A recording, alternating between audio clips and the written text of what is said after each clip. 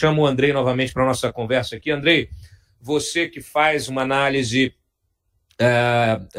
as suas pesquisas eleitorais, elas partem de uma análise de Big Data, uma análise de comportamento, né, do eleitorado aí nas redes sociais.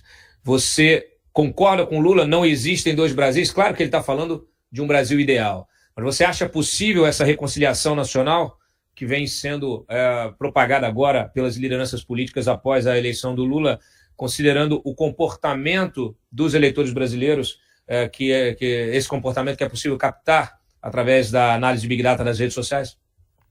Eu acho que será o principal desafio dele enquanto presidente, Cláudio. É um desafio que ou ele vai conseguir navegar com êxito, e então fazer um bom governo, e talvez conseguir emplacar aí um sucessor, ou ele vai falhar, e aí ele vai ser julgado negativamente por conta disso. Isso se coloca assim como talvez o principal objetivo que ele terá pela frente.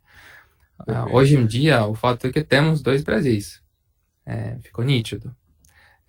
Uma grande polarização onde as pessoas, eu acho que antes de tudo, optaram por afirmar uma identidade política e cultural, antes da preferência por um candidato. Acho que foi uma expressão de algo muito íntimo, de algo muito pessoal. Porque olha só todos os desafios que o presidente Bolsonaro enfrentou ao longo das últimas semanas. O que não faltou foi noticiário negativo, o que não faltou foi desconstrução de mídia, o que não faltou foi erro, de inúmeros tipos de erro que ele cometeu. Mesmo assim, ele quase chegou lá.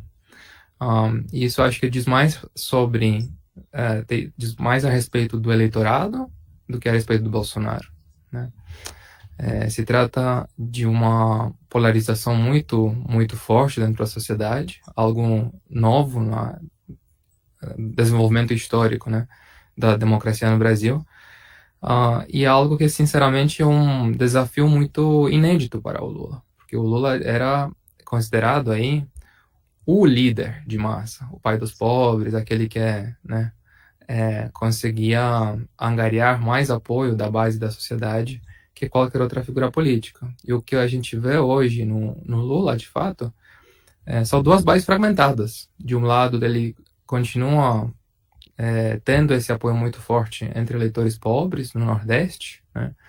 Aqueles que ganham até 2 salários mínimos, aqueles que se recusaram de apostar no Bolsonaro quando ele deu aquele aumento gigante do Auxílio Brasil.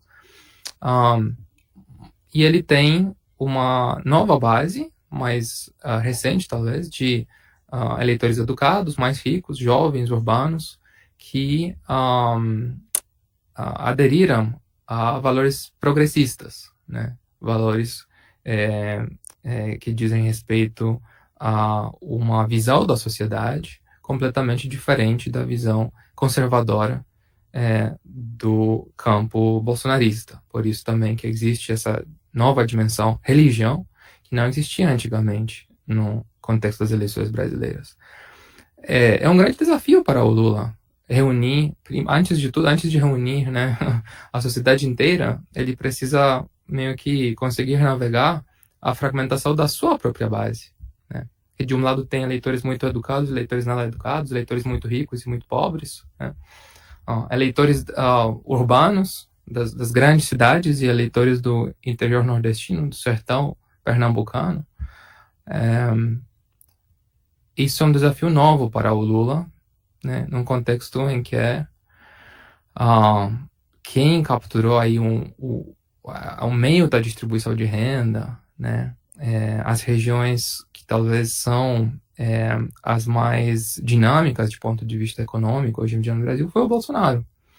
Então, será muito difícil para o Lula navegar esse desafio pela frente neste governo. Acho que o discurso foi o único discurso viável que o Lula tinha, né? Acho que é um discurso bastante humilde, moderado, não um discurso triunfalista. Não tinha como fazer um discurso triunfalista visto a diferença muito pequena, que acho que surpreendeu bastante. E ele navegará, né, com cautela esse desafio pela frente. Acho que será muito importante ver qual será a sinalização do ponto de vista da política econômica do próximo governo, quem será o ministro da Fazenda. Será muito importante entender qual será a pauta de expandir esse campo amplo no sentido de ter uma coligação estável no Congresso, né? Mas o Lula é um político experiente, uma liderança experiente, então o desafio do Brasil hoje é diferente do desafio de um Chile liderado pelo Gabriel Boric, ou da Colômbia liderada pelo Gustavo Petro. O Lula é uma figura mais conciliadora, né?